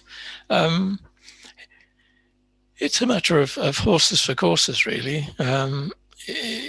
If it's a good idea, the Commission will find some way of funding it. It's as simple as that. But the problem is, it's a highly competitive market, and much of it has been done before. So it's a question of how unique your idea is, what its unique selling point is, and whether the market really need it. The funding is secondary. But I take your point, it's into the market more quickly. But of course, that attracts the private investors who are looking to make money fast. So, whilst it may be disadvantaged grant-wise, it can have an advantage funding-wise. I don't know whether you want to add to that, Tarek or Grigoris. What I would like to point out is that indeed, what we have seen in the EIC Accelerator calls before, or the SME instrument and the EIC Accelerator, is that projects that are just some software platform are not always looked favorable. They need to have some deep tech element, some strong deep tech element in them. Of course, you can have deep tech elements within a software platform, like AI or NLP or all the other buzzwords that are very much used these days. I think that every proposal should be looked at its own case. Indeed, something which is only software development might not be the typical case of EIC Accelerator unless it incorporates a strong element of science in it. Yeah, there's also this business of must-have versus nice-to-have. A must-have project, we mentioned the COVID vaccine, the world must have it, has a much stronger chance over something which is nice to have, like the latest version of the iPhone or something. So if you've got a must-have element, you stand a better chance, both in software and hardware. Any more questions? We have a very quiet audience this morning. Any comments to add, Tarek or Grigoris, to what's been said? A huge amount of information. There is one more question. And that question is If we apply with the clean energy, sorry, this is from Onur. If we apply with a clean energy project for climate-friendly food mission, then the professional for evaluation in the first step would be from energy or involved in the food sector. This also goes the same with AI-enabled services in the energy sector. Well, the answer there is that if you put all of those in your keywords, they will find people that have that blend. So, you know, food technology, it'd be good if you had specific food technology, and the software or AI for the food sector. I mentioned energy. The more specific you can make the keywords, the better chance you have of evaluators. Twofold. You may have evaluators who are more enthusiastic about your project, but you will also have evaluators who know a lot more about your project and therefore may know of other work that's being done. So it has a plus and a minus, but keywords are the main way of getting the evaluators that you desire. You also, I think, have the opportunity to reject evaluators at the second stage. That was there before, and I don't see why it would have been removed now. It could be there from competitors. So, you know, you can, I think, reject them.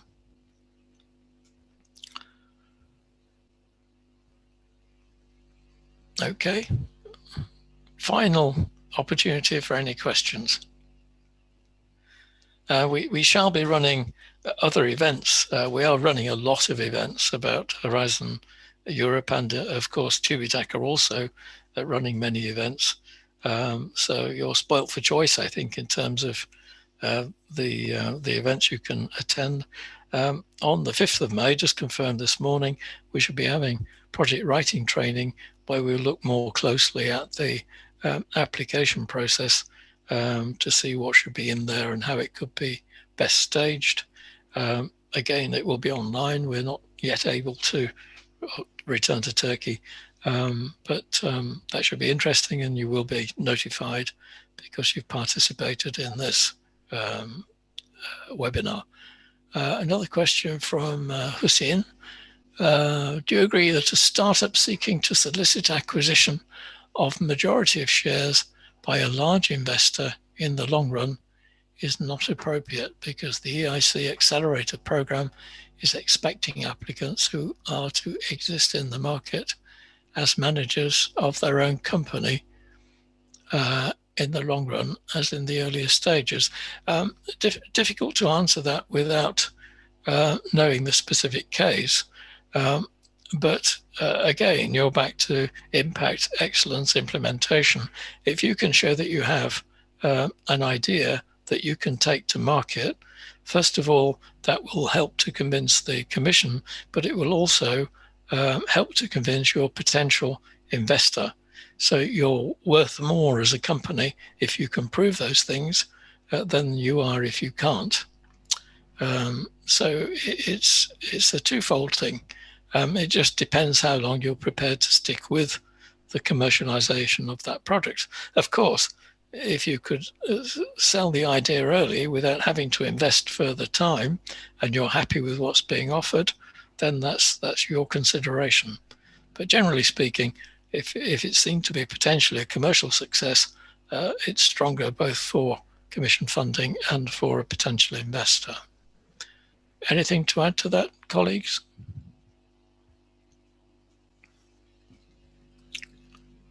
I think that it's not, I mean, we should not look at it in such a static way. European Commission needs success stories. An acquisition of a company, of a startup that has been funded by EIC Accelerator, by a large investment group or by a larger company, etc., is also a success story.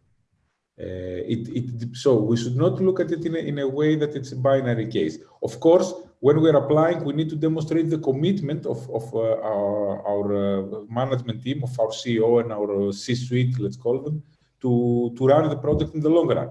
Also keep in mind that normally when a big investment group acquires a company, when they buy it, they request the CEO that remains in the company for an X amount of years, for an X time of a period. So I wouldn't look at it in a very static way. I would say that it depends also on what is the case. In any case, at this stage, the most important thing is to demonstrate the commitment and the strong CV of the management team. And then what will happen afterwards? Nobody can really predict. I mean, if a big a multinational company wants to buy the startup and its idea, I don't think that there are many people who would say no. And even the European Commission would not feel awkward in such a case. Yeah, true. Yeah, I mean, we've gone through considerable detail there in what's needed and hopefully answered a lot of questions people have about it. But above all that, if it's an excellent idea that's going to be disruptive or has the potential to, they will fund it. That's what they're looking for. So naturally, with public funding, there have to be controls and fairness and measures of how the money is spent and what success may come from it. So that's what we have to live with. I think one more question coming in, which is in here somewhere. Here we are. It's from Sinem. Dear Philip, why do you think that a project can award with a seal of excellence but not a grant? The jury think it's excellent, but why not eligible for grant? It's an interesting question. There are more applications than there is funding.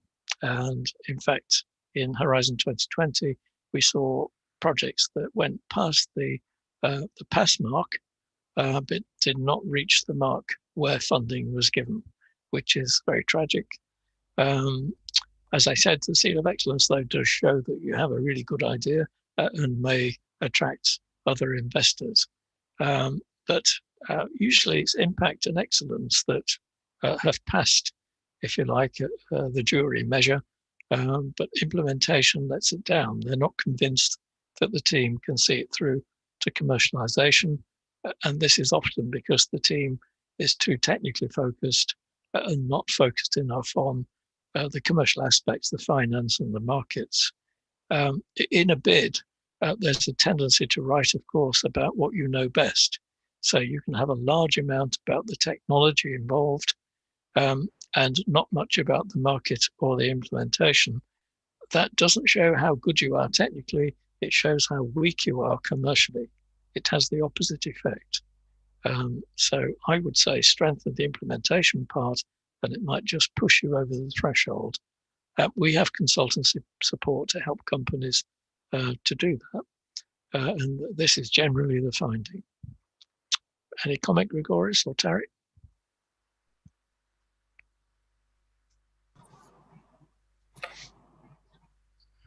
Oh, no, thank you. It was enough, I guess. Yeah, right. Okay. Well, no more questions. The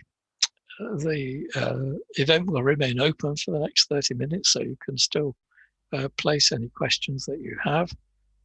We're here. You have our contact details, and we look forward to helping you through the maze, which is Horizon Europe. So thank you from me. Thank you to my colleagues for joining us and for their excellent presentations. And I'd like to hand over now to Kemal for a few closing comments. Thank you, Philip. Thank you, Grigoris. Thank you, Tarık Bey. I'm going to close the event now. Değerli katılımcılar, katıldığınız için çok teşekkür ederiz. Vakit ayırdığınız için yoğun gündeminizde. Bu arada sunumları ve etkinlik kaydını web sitemize yükledik. Chat kısmından ulaşabilirsiniz. Linkini orada paylaştım ben.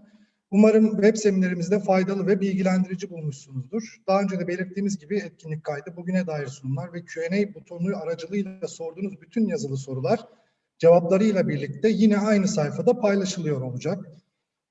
Bu sebeple belki de proje ve TÜBİTAK'la ilgili web sayfalarını tekrardan hatırlatmak faydalı olacaktır.